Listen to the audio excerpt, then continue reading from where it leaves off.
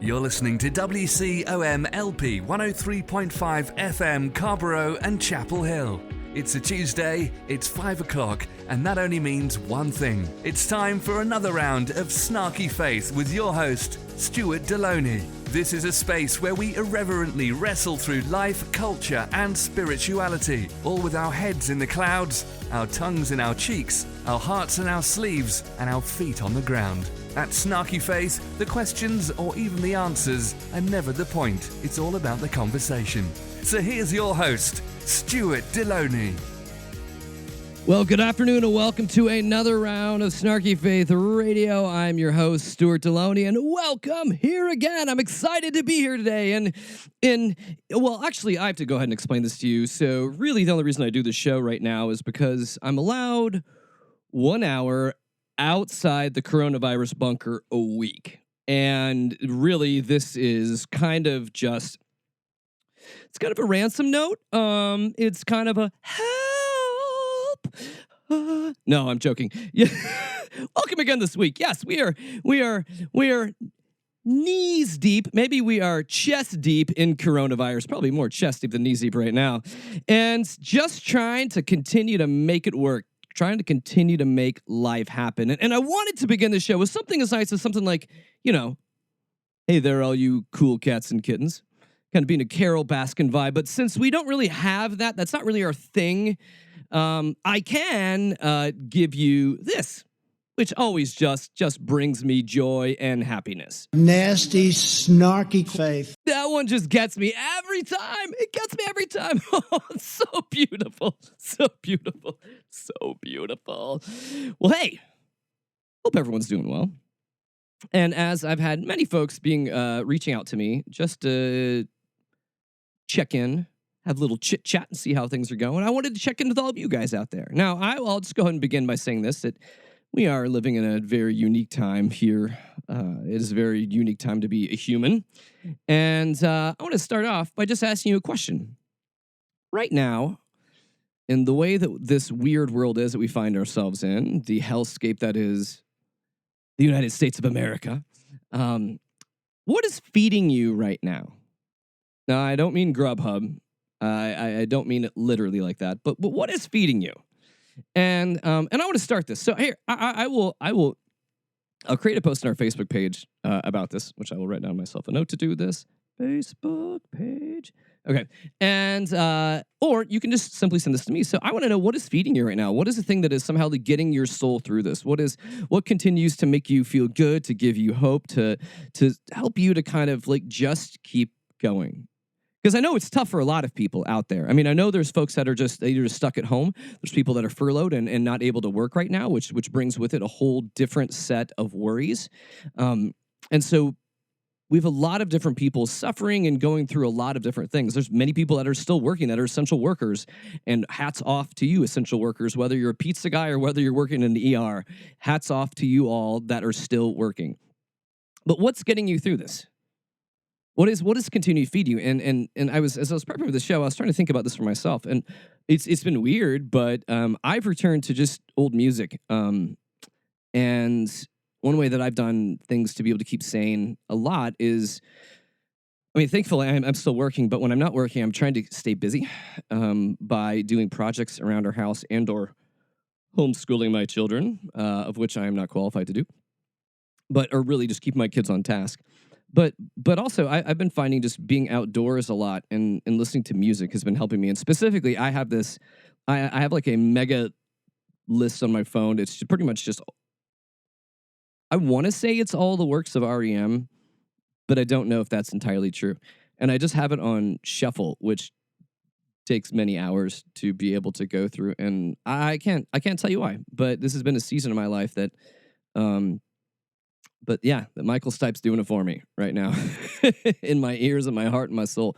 So, hey, to you all out there, what's feeding you now? So I'll post this on our Facebook page. If you're not on our Facebook, you should hop over there, or simply share it in your own social media. This is feeding me. What's feeding you? And I'm not trying to start anything new, but I really think it is something that we need to be able to do to be able to kind of keep a pulse on those around us, because I think that we can become so caught up in the routine of pandemic that we forget to nurture our souls and forget that there is more, that there is life, there is goodness, that spring is springing forth right now around us, and there is creation and newness happening, even though there is a lot of tragedy and death that we are going through as well. So if you don't want to post through those, tell me. Because guess what? I like to learn new things. I like to listen to new things. I like to watch new things. So if you want to tell me personally what you are doing, what's feeding you, questions at snarkyfaith.com, or find me online, Stuart Deloney. Just message me. I'm that easily stalkable. Some people are adorable. I'm just easily stalkable.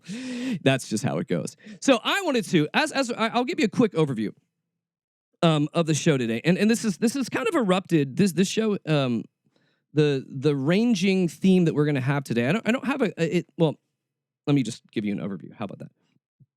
So this has come from several different conversations I've had with people actually that are related to in and around the show. I'll talk a little more about one of them a little bit later, but one, a former guest we had, and I've just continued this really interesting conversation about what is the structure of church and why is it unhealthy and what would make it healthy. So that's that continuing conversation I've been having with this person has been feeding into this. And then from some listeners, I had a listener talking to me about the different types of prayer and what was feeding their soul in this time. And so we're going to be kind of doing like a little bit of a journey through that as we go into the show. So just quick for those of you that like schedules, that are schedule driven and get nervous about, hey, where's this show going? When are we going to get to this? Okay. I'll lay it out for you right now. Quick roadmap. And I'm going to introduce you briefly to a friend of mine.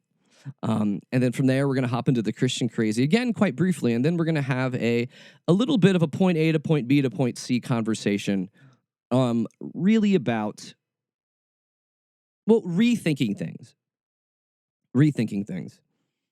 Because I've also been reminded, that one of the keys behind deconstruction is that we also need to be a part of reconstruction. Deconstruction's fun and easy, but the reconstruction is the hard part. So that's kind of a very, very loose, without giving any spoilers away, rendition of where we're going to be going today. And as you also know, really a lot of the show, I come at it with books and plans and quotes and notes and articles and just kind of see how it flows. So, thanks for being part of the flow today. So before we get to that, I want to introduce you to a new friend that I just sat down with last week. I'll let my last week's self tell you about my new friend. Now, I just got done being interviewed with Stephen Ricks from Poema PDX. And a really, really cool podcast. And since I had this time, and since this is the second time I'm recording it because I'm an idiot and did not hit record the first time, we're going to refresh this again. And so I'm sitting here, yes, with Stephen Ricks. So Stephen is amazing and patient with me as well, too. So Stephen... Yeah, thanks so much, man. So Stephen, tell me a little about Poema. Tell our audience here about your podcast. Yeah, so Poema PDX is a platform that we use to be able to empower and encourage creative people. So we specifically work in audio, photography, videography, writing, as well as podcasting. And what we're wanting to do is we wanted to create a space for people to share their story, first of all, through the podcast, as well as be able to share their creative work through the physical space we have over in Portland. So what we're wanting to do is we want to lower the bar and to actually have people walk in their true identity as believers, to be able to live out what it is that they've been called to do. So because a lot of times it's so expensive to be a creative. There's thousands of dollars that have to be invested in equipment and different things like that to be able to even move forward in that space, because it's really expensive, and a lot of people can't find the the motivation to push through, because you have to go through a lot of hoops. So what we said is hey, we're going to lower the bar of entry, and we're also going to empower people to live out that and to let others know that it's possible to be a creative and to share art. So we believe that it's so powerful to share your story through the means that you've been created to be able to walk in. So tell us what's behind the name. What's behind the name Poema? Yeah. So the name poema is rooted from the Bible verse, Ephesians 2:10, which a quick synopsis of it is saying that we have been created in Christ to walk out these amazing things before we were even born. And I think a lot of times we can feel like we are just created to go and like be successful and to be able to like chase money and all these different worldly things. But what we're saying is like, no, like we've all been created with a intentional design to like fully live out our calling. And if we can help people do that, then we are in a greater like sphere to have a greater impact. So like what we said is, hey, like poema means workmanship, it means God's masterpiece, and also means a true, authentic version of yourself and the way that God has created you to be. So if we want to do that in an authentic way, we have to create a space that allows people to actually like feel like they can have success as well as to be encouraged because it's not an easy road for people to like choose, and it's also a very like place where you need to have inspiration to work with each other and have like a collaboration. So what we decided is like, yeah, poem is that perfect word to be able to embody that, as well as PDX is rooted in Portland. So we're based out of Portland, Oregon. So yeah, kind of rolls off the tongue. It's really nice. Poem at PDX. And it's a great show to be able to listen to different people's perspectives and stories and where they're at in their creative processes and how they cultivate art in their own space. So tell me what's up with season 2? I know you guys just hopped into season 2 a little Yeah, while back. so season 1 was about the like artists and about different people that stories. So we wanted to like be able to fully recognize like, okay, like we want to like talk about the underdogs. We want to talk about the people that are overlooked and like these new and upcoming artists that are going and doing things. But if we want to like fully understand what it looks like to be a creative and to fully allow other people to walk in this way, we have to understand that what we're doing as people is worship. So season 2 is all about worship. And I think a lot of times like we can think that worship is only on Sundays, only on Wednesdays, or whatever midweek service it is. And I think what we decided to say is no, worship's a lifestyle. It's like actually a true, genuine piece of who you are. And what we said is like, hey, like let's actually live out a lifestyle of worship and show what that looks like. So we interviewed people that are worship leaders, that are fathers and that are mothers, or that are doing things that are just like the normal day to day, because we don't want to be only a space for people that have already been doing the creative work. We want to be a space where that people can actually step in for the first time, because we want to empower people to actually live out a life of worship. So like, okay, like if you truly want to like be in this worshipful place, like you have to understand that it's not about just, like being in this service. It's about living a life that is going to glorify and bring Christ the most, like magnification in your life. And I think that's what we want to do is we want every person in our life, whether we're in a job or in a like behind a guitar or whatever it looks like, to be able to feel and encounter Jesus and to be able to like have their life be impacted by him. Mm. Now, a lot of us are, most of us here in America are stuck at home, Yeah. um, and it's a very unique time to be alive and to be a human. Yeah. So so for you, what is feeding you and what is giving you hope right now? Wow, that's a big question. So what is feeding me? So as a person, like just being able to have time to like actually reorient myself in a way that is like, hey, like I want to like better myself, and doing so I need to like slow down. So this has been a really amazing time for me to slow down, to be able to focus on things that matter. So family, focusing on creativity, focusing on just being present is like really important too. Because I think a lot of times I can, before the pandemic, before this stay-at-home order came into place, I was like, being still is so boring and Mm, it's so weird. And being at home is just like a place to sleep. And like, so now I'm like stuck at home. So I'm like, okay, I need to like recultivate my whole mind and understand that like this time is super precious as well as it is a gift. Like there's not any time in my life that everyone in the world has been on the same exact like level, the same page as me, and I can like understand where they're at, and I can like actually be able to talk to them where they're at.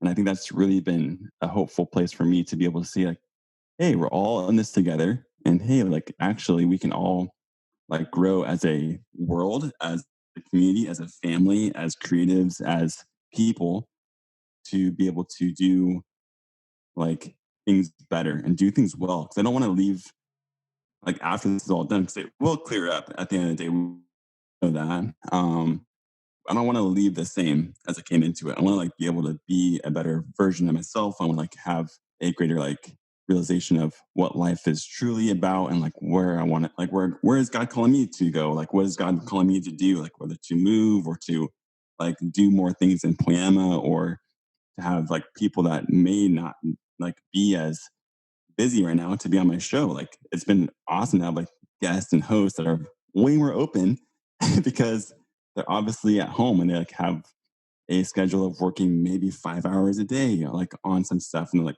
okay, like what does my rest of my day look like?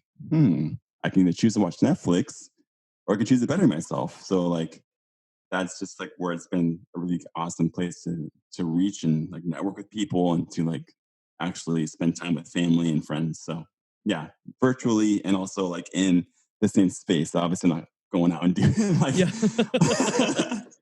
Yeah. No, but that is good. I love it. I love that you're doing that. So if people want to find you, people want to find your podcast, how do they do that? How do they go about finding you guys? Yeah, so the best way to go is just on our website. So poiemapdx.com, because it's called Poema, but everyone's like, okay, that word sounds way crazy to spell. So it's poiemapdx.com. And you can send us an email at poemapdx@gmail.com, or reach out to us via social media. We're on Instagram, Facebook, as well as on all the platforms for podcasts. So we're definitely always available to talk to. We're like at about a year and a half in. So like we're still at that really amazing, like fresh start place where I think a lot of people can overlook, where it's a really amazing spot where like we want people to come on our show. We want to hear people's stories. We want to grow with you. And if you have any like feedback or wanting like to get a hold of us, we are definitely available to talk and to, yeah, just to be able to connect with you. Yeah. Yeah, I had tons of fun being on the show. So I encourage everyone to check it out, Poema PDX. And this is Stephen Ricks. Thanks so much, Stephen. Yeah, you're welcome. Thanks so much, Stuart. So thanks again to Stephen Ricks for letting me be on his show. It was a lot of fun, and I really like what he's doing with Poema PDX. So as we step from there into the Christian Crazy, just kind of a preface here, and I do this from time to time too, just a reminder that we do the Christian Crazy because it is an opportunity to be able to kind of shed a light onto the insanity of Christianity in the hopes that we can find a sanity of Christianity. And ever since the coronavirus pandemic has, I guess, has been raging on, especially like we're in month like 2 now. It's allotted me to be able to use this show to process through a lot of things that I think are messed up within the faith. And oftentimes when we are in periods of disruption, where we're in a place where we are in a bit of a pause and our regular routines have been changed, it is a ripe opportunity for us to be able to really be able to contemplate, to kind of look critically at what we've been doing. Because when life is normal, when the world is back to our own frivolous busyness that we want to get back to at some point, we can become very asleep at the wheel. We can become very blind to those around us. We can become very blind to our routine and why we do things. And we don't really ask those deeper questions. We kind of just go along with the flow, the kind of the herd mentality. And we're going to be spending time delving into that. And so I want to use the Christian Crazy today as more of a tool to really be able to kind of point out some of the crazy herd mentality that we're going to use then to really begin to discuss things that I'm rethinking, and I would hope that you engage with me in this process of rethinking also. So when I say that, I've called this here on the show and on other interviews and other. I feel like this show ends up being my therapy in many ways. It's a way for me to be able to process out the things I'm thinking through. But with any good therapy, you need a dialogue. It's not a monologue; it's a dialogue. And I enjoy a lot of the conversations that I have with people here and around the show that want to ask questions or even want to challenge me on stuff that we go back and forth. I mean, there's a now, I will put a caveat to this, too, because there also is the joy of being able to ban trolls, of being part of the show. People that aren't really wanting to be part of a dialogue. They're wanting to take over your monologue and make it into their monologue. But what I want to do is to create more of a dialogue. So as we're kind of moving through this, and I have a feeling this is going to be kind of something that I'm going to be processing through with you guys in different forms over the next few weeks. And I would rather this end up being something that is more of a dialogue. So if this is spurring questions, if this is spurring ideas, if this is spurring something you want to talk about, message me, questions@snarkyfaith.com. I may eventually turn some of this even into either like a little bit of a Facebook Live or Google Hangout where we can get some people together that want to just talk, not where it's you listening to me, because I am not an expert. I am just a fellow traveler like the rest of you guys in this journey that we call life. So I want to create more spaces where we can have these types of conversations, where it's less of me and it's more of you being a part of that, because I value the conversations I'm having with folks in my own space, and I love hearing new voices. I love having new guests on the show and making new friends through this process. It can be quite a beautiful thing. So before I get too mushy and tell you guys I love you so much, it's time to get really stinking snarky. And we're going to be stinking snarky today for a fairly good purpose, because it's going to serve as our kind of our diving board or our jumping off point for the conversation that I'm hoping for us to be able to have. And so yes. So as I'm going to go and get into my snarky headspace, because, you know, we have an intro song that lasts all of 10 seconds. So let me delve you in and let you into our Christian crazy intro music. So then I will correctly and use that time, that 10 seconds, to appropriately get snarky for you. So here we go to the Christian crazy. Lord have mercy. The Lord is my shepherd. He know what I want. All right, well, fair warning. The Christian's crazy is going to be a bit abbreviated today. That doesn't mean that there wasn't enough crazy to go around in the last week. Oh, there was. But sometimes I feel like there's low-hanging fruit crazy, there's pointless crazy, there's crazy that's just like, it's almost like self-owning or mockery that I'm like, nah. And also this hopefully the mockery today will serve a greater purpose as it is thrust us into our main story idea. So this is coming from a rookie. This guy, he's not really a rookie, but, you know, in the Christian crazy universe, Kurt Landry is a relative rookie. He's a relative unknown, but if we were to have Christian crazy rookie of the year awards for popping up on our radar, Kurt would be in serious contention for that. Yes, Kurt is a right-wing pastor, and Kurt is worried. He's worried about the president, first and foremost. But secondly, he's got a great opportunity for you. A great opportunity that's only going to cost a minimum of $245. So remember, this is a pastor speaking out to everyone here with a great opportunity. So here we go, Kurt Landry. Donald Trump is weary. And I don't know how he does it. He has, you know, with all the criticism. So what Mike's going to do is we're going to actually get a piece of lamb skin, okay? Big lamb hide. Then I'm going to get somebody that's a professional in calligraphy. I love to kind of set up where he's going here. So the Mike he's talking about is Mike Landry, My Pillow guy, the My Pillow guy that Trump loves to tout, the guy that if you ever seen his face on his box of My Pillow, I'd be like, I don't want you anywhere near my bedroom. Mike Landry, that guy, right? And if it's his pillow, how is it your pillow? So it should be like your pillow, not my. Okay, it doesn't really matter. Okay, but does this not sound like some sort of a weird, like cultish, like satanic rite that you're hearing? Like, first I'm gonna get some lambskin, and then we're gonna get a calligrapher. Because again, I mean, that's usually how I process this. If someone says lambskin, I scream calligrapher. I mean, it's like peanut butter and nails. I don't know. Like this. But, sorry, lambskin, calligrapher. What happens next? What happens next is I don't want to steal the thunder. But if it's really supposed to like cheer up Trump, I mean, are we going to like cover a porn star in lambskin? And I'm not really sure what the calligraphy artist is for, but I don't want to spoil it. I don't want to spoil it. Continue on. Of course, we're going to put the scripture on there, but we're going to handwrite and number all the trees. I think we have 500 small trees and then the 50 big trees. Okay. And the calligraphy is going to have your name on it. And we're going to frame it in a really nice frame.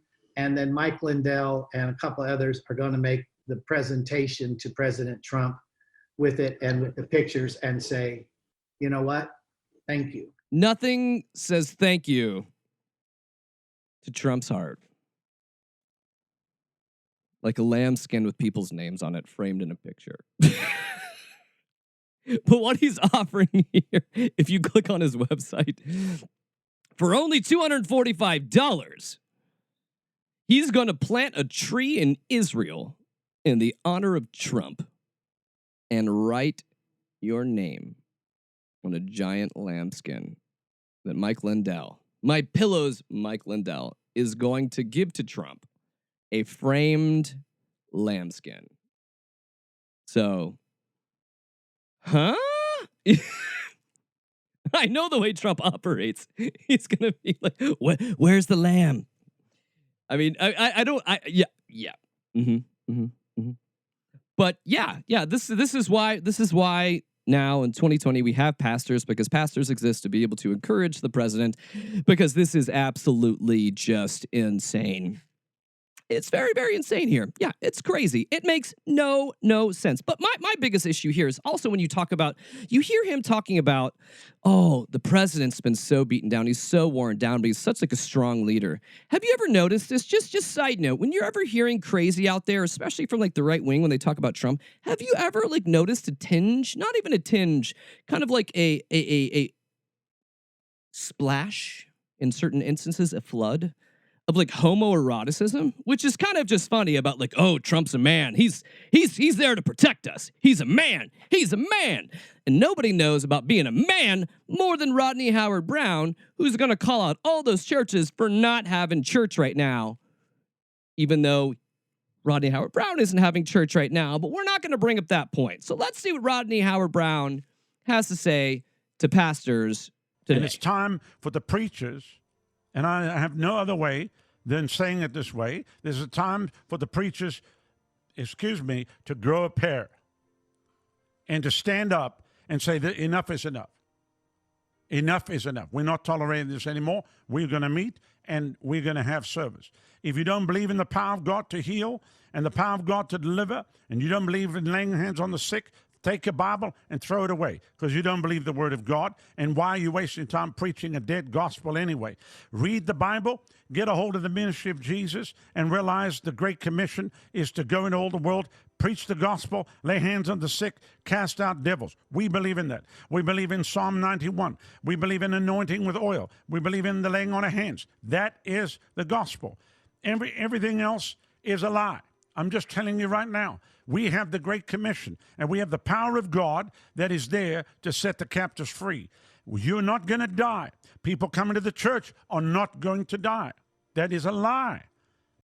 Rodney Howard Brown is right. They're not going to die. The way it works is about 2 to 3 weeks later, they'll get the symptoms, and then they'll die. So really, like, you're not going to die at church. Come on, that's just ridiculous. I mean, it could happen, but probably not from like COVID. You're not going to die in church. It's just a it'll get you later. It'll get you later.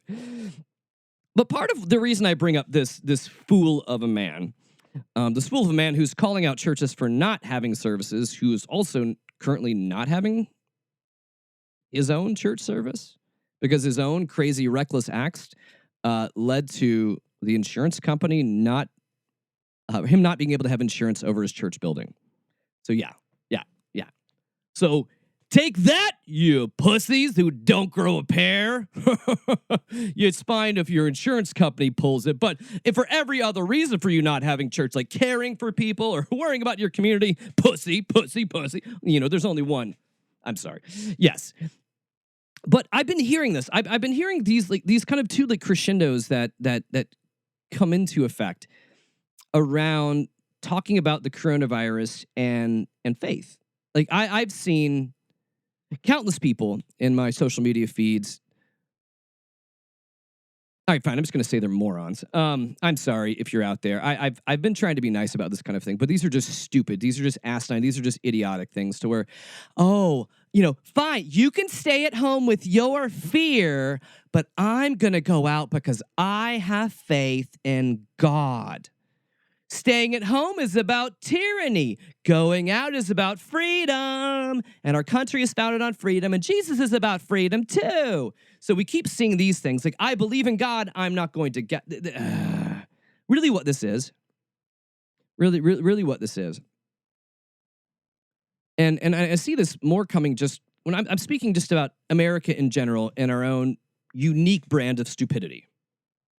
I mean, you can go to the UK where people are burning down like G5 cell towers because they believe it causes coronavirus. I mean, that's a very British form of stupidity and racism within itself. So that's they got theirs, right? They're stupid, but they drink tea with their pinkies up. Okay, ours,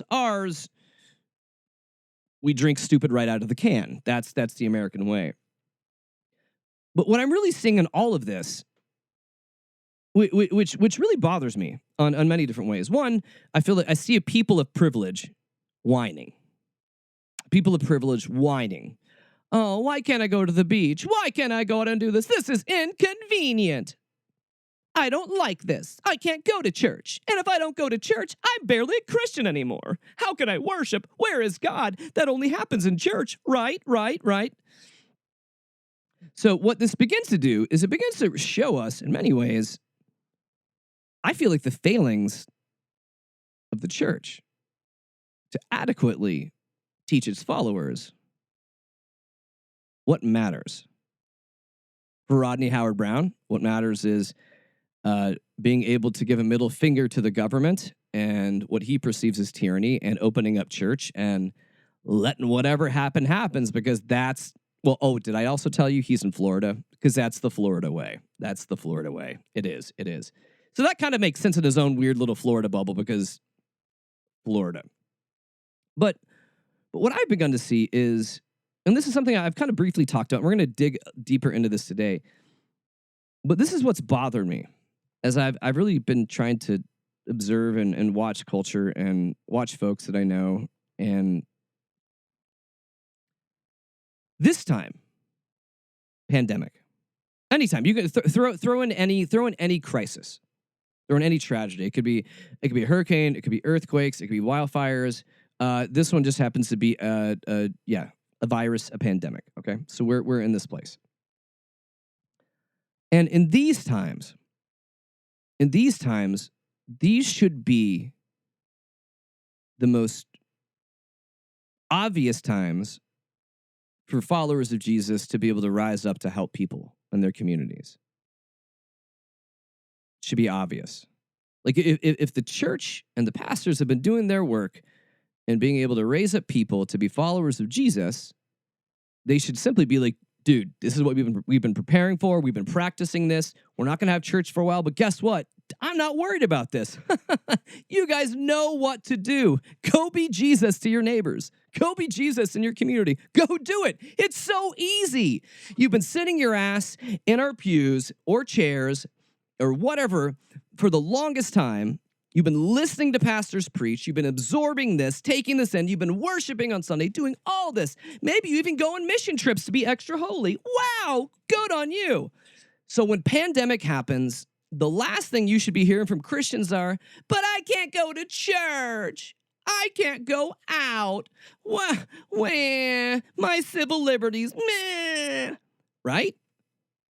Like, and this is the time that we've seen Christians, like, not all, but devolve into, like, for lack of a better term, little whiny bitches.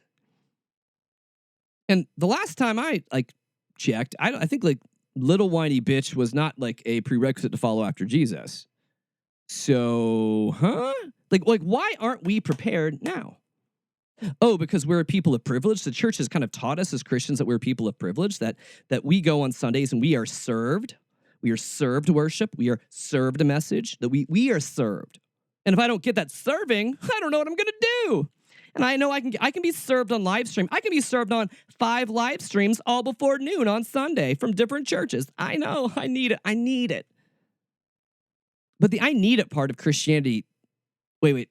Oh, there's not an I need it part of Christianity? Oh, there's really more of a, go be like Jesus and help other people and go do.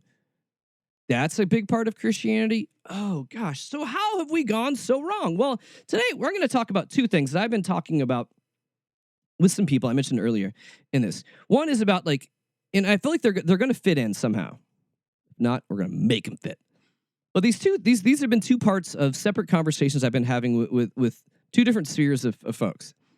And I find them both interesting. And I bring this to you because I'm still processing this. So if you're saying that I'm completely wrong, let's talk about it. But this has been something I've kind of been walking through and processing. And I wanted to kind of walk through and process it with you guys. Now, when we begin to think about Jesus, and one of the more comfortable modalities and metaphors that we hear is Jesus is the shepherd, right? The Lord is my shepherd, I shall not want. Meaning, I shall not be and want. That Jesus is sufficient, right? We've heard this. So we've heard, Jesus is the shepherd. He is the good shepherd, to where there's been parables that we've talked about where there are 99 sheep and one is lost, and the shepherd leaves the 99 to go get the one to bring them back. So throughout Scripture, we are very rich with this idea of the shepherd and the sheep metaphors. But what I want to throw out here is at some level, every metaphor or, like, allegory that you're playing around with eventually will stretch and break. Like you can use it to prove points like A and B here, but, like, if you start teasing out a metaphor or an allegory, like, no, it's not life, right? So it fits in certain situations. But eventually, if you try to stretch it too far, it will break. And I'm going to begin by talking about this. So my question is, how do we go from Jesus being the shepherd, right? Jesus as the grand shepherd, to pastors are shepherding their flocks. Flocks, this is all church talk, meaning a pastor is in charge of his congregation, his people. So he shepherds his flocks. We use this kind of imagery. We use this type of language when we begin to talk about this. But the more and more that I kind of dredge and read through Scripture, I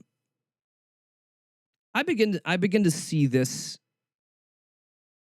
as a bit of a disconnect, a fallacy, and I begin to see more and more that when we begin to say that pastors are the shepherds of their own flock, I feel like that is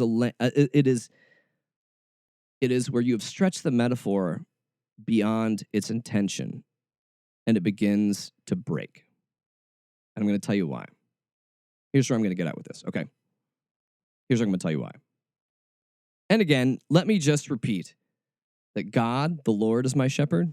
I'm leaving that intact. Pastors as shepherds, I'm going to question that a bit right now. So just wanting to lay that down here, just a bit, all right? Okay, so let's just walk down memory lane really quick. So the Gospels of Jesus, we have Jesus who's claiming to be God's son.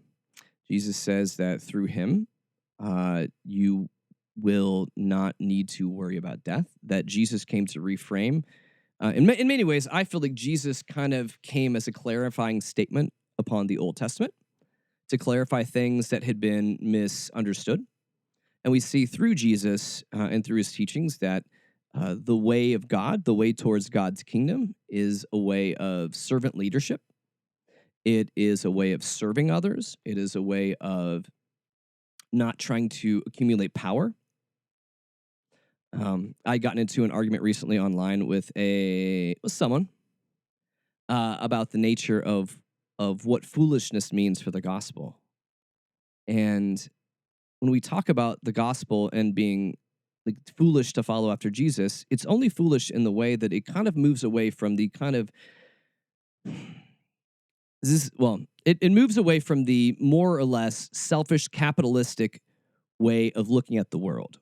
If we can say that human history, there's like a narrative that's kind of very capitalistically driven to where you do well, you accumulate more, you accumulate more, you accumulate more, you work hard, you do this, you don't care about who you squash in the process. Yeah. So most of God's kingdom here is not most. God's kingdom is the antithesis of unchecked capitalism. And that's kind of where we're finding ourselves today. And so to be foolish is to care for the weak. To be foolish is to be self-sacrificial. To be foolish is to, when Jesus commands us to take off our cloak and give it to one in need. That seems like foolishness. Now, foolishness isn't being an ass. Foolishness is doing something to where that doesn't seem that's part of the whole like survival of the fittest. I care about me, selfishness, but I'm actually going to say I'm going to care about you more than I care about me. I'm going to put down my agenda for the day to help you. To me, that's how I read the Bible. I read that God is trying to rejigger our principles. He's trying to rejigger what matters to us. He's trying to rejigger what we are trying to go after. Got it? Okay. So here's my point in this. When we begin to even look through the Gospels of Jesus, as Jesus leaves, he tells the disciples, hey, all the stuff you've seen me do, hey, you guys, go do that. Right? You've seen me help people. You've seen me heal people. You've seen me give people back their dignity. You've seen me take those from the outliers of society and bring them back into society. You've seen that. Continue to go do that. Okay? So we're tracking so far. I don't think that we've got like the pitchforks and the torches for being a heretic yet. Don't worry, I'll get there. Okay, so we're good. So then what we begin to see as, and it's one of the scriptures I love. So Jesus, then he dies, he's resurrected, he spends time like teaching his disciples, and then they're all standing on the hill. Jesus like ascends into heaven, and then they're all like, wow, look at him go. Hey, I think I still see him. Maybe. He's still. And there's these angels that turn to the people that are watching. They're like, what are you guys doing here? Why are you guys sitting and staring? Like, didn't he tell you like to go? This is kind of like, to me, I always think of it like, this is like you being a teenager and your parents being like, hey guys, here's my charge card and the keys to the car. We're going to be gone all weekend. We've taught you enough. We trust you. Go have fun. Go have fun. Go be responsible. That is the riskiness of the gospel. It was the fact that Jesus came down, told us everything to do, and then he's like, peace out. You guys do it. You guys got this. You guys got this. Okay? So I think still we're tracking here pretty well with an orthodoxy. Okay? But then what begins to happen is, okay, we get this word pastors as it has been translated, right? And the word pastor is derived from the Latin pastor, which is shepherd, right? So again, we're getting this idea that pastors are shepherds. I want to kind of push back on that idea because I believe over time, and I believe that the ways of the world, which are different than the ways of God, which is kind of a different, help others, all you care about is yourself. So that kind of like those kind of opposing views. You kind of got that, right? Right.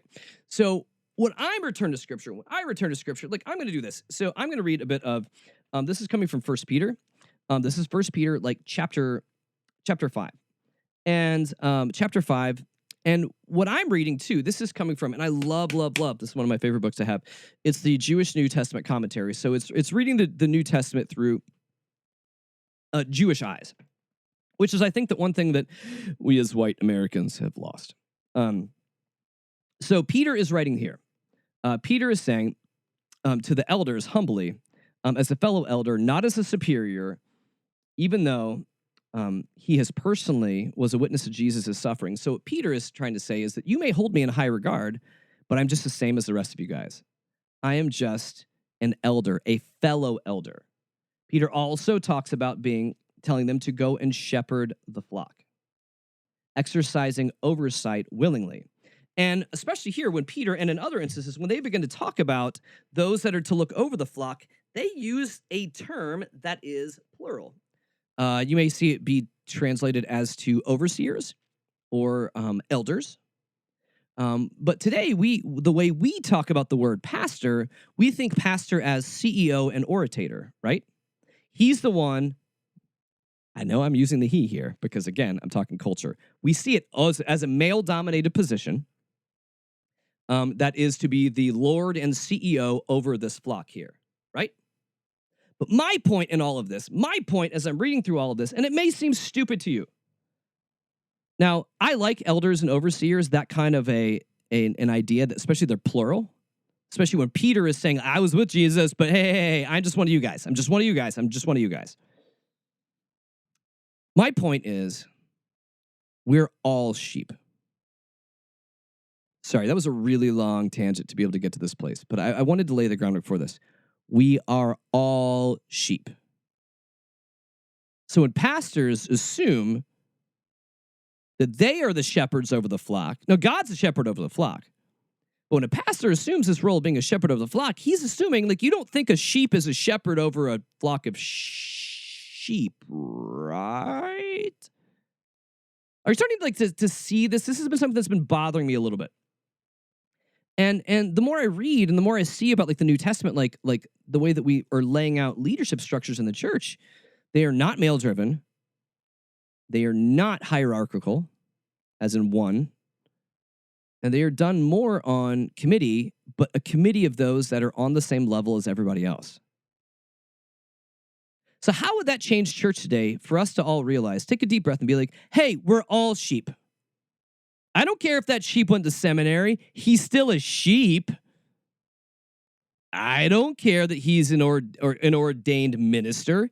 He's a sheep. Or if he's a priest, he's a sheep, or she's a priest. I don't care. They're sheep. Sheep, sheep, sheep, sheep, sheep. So a big problem that we're having today that I'm also noticing from all of this, and one of those things that we like to make fun of in the Christian crazy, is the fact that we're all sheep and we don't realize it. It should leave us to a place of humility. Because ultimately, overseers are people that are meant to point people to Jesus. They're meant to point people to Jesus, not point people to me. Because pastors tend to point people to church again and again.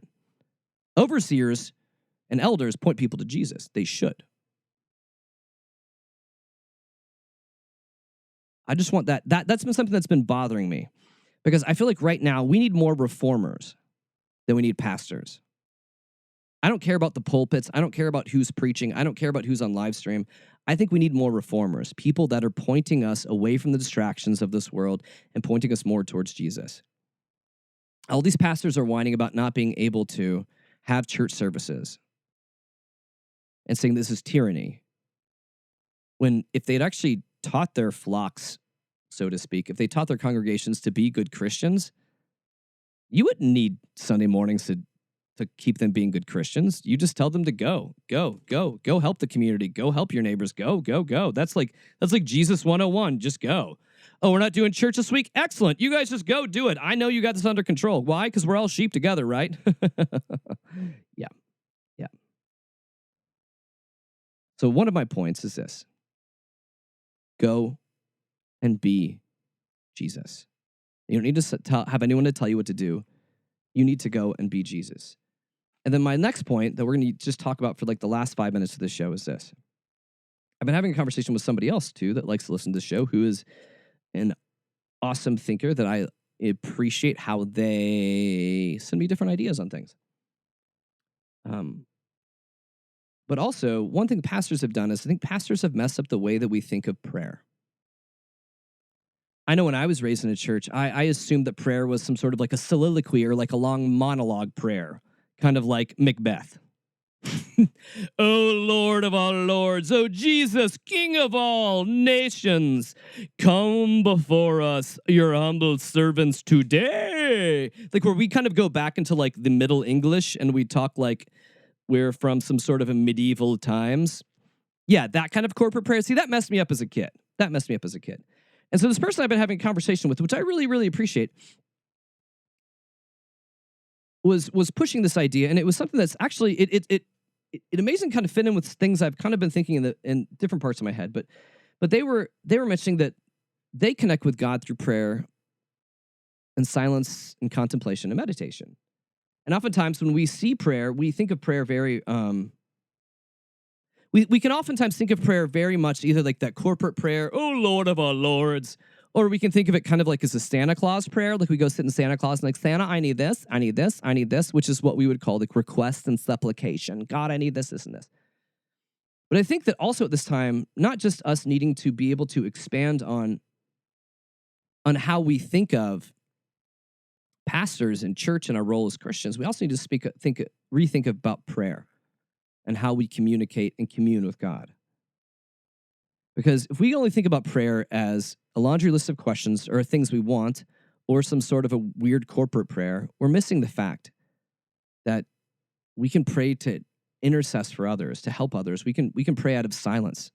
We can pray through meditation. We can pray through contemplations. Oftentimes, the most centering thing you can do is to be able to sit in silence and just empty yourself out. In this time where we're at right now, like it makes me feel like we need prayers of lamentations of lament, like Psalm 44, where it feels like the ripe time to cry out, awake, O Lord, why do you sleep? Rouse yourself, do not reject us forever. Why do you hide your face and forget our misery and oppression? We are brought down to the dust. Our bodies cling to the ground. Rise up and help us. Rescue us because of your unfailing love. And I think what goes wrong when we end up having like these crazy Christian pastors that tell us stuff that we can blow away the coronavirus and stuff, it takes out the idea of process. Like, I think that I'm not saying God made the coronavirus. I mean, coronavirus came from nature. We've had other viruses, we've had other plagues, we've had other pandemics in human history, but these times tend to bring us to places of silence and contemplation where we can question things and begin to see what is going on with the world. How is this right? How is this wrong? Where are things? Where is the inequality as we see people of color dying at a higher rate because of the coronavirus, because of lack of health care?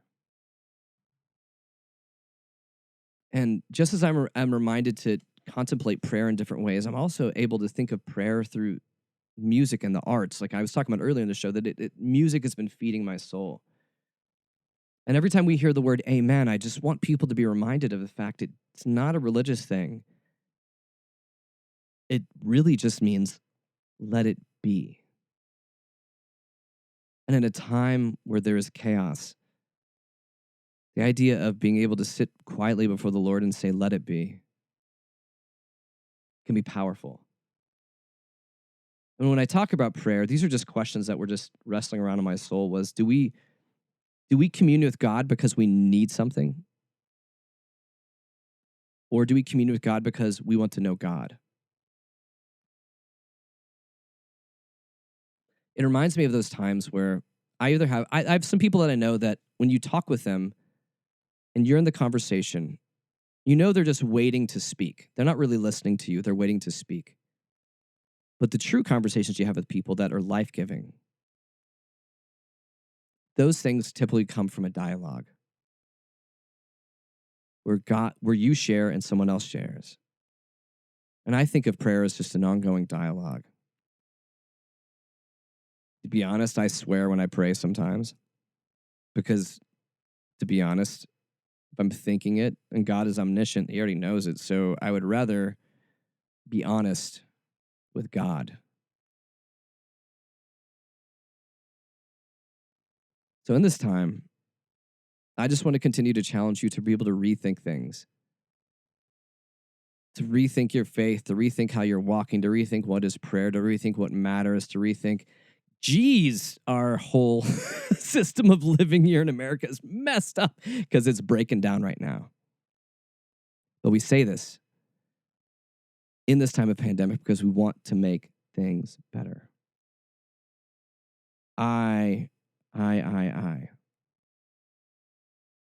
want to help others. Not because God commands me to, but because God has shown me grace and shown me a different way. And I would hope that we can cling to this new way of living to where we can pray for personal awareness and pray for our awareness to be open to the eyes of others and ask ourselves questions like, where would Jesus be in the world today? So continue to ask yourselves questions.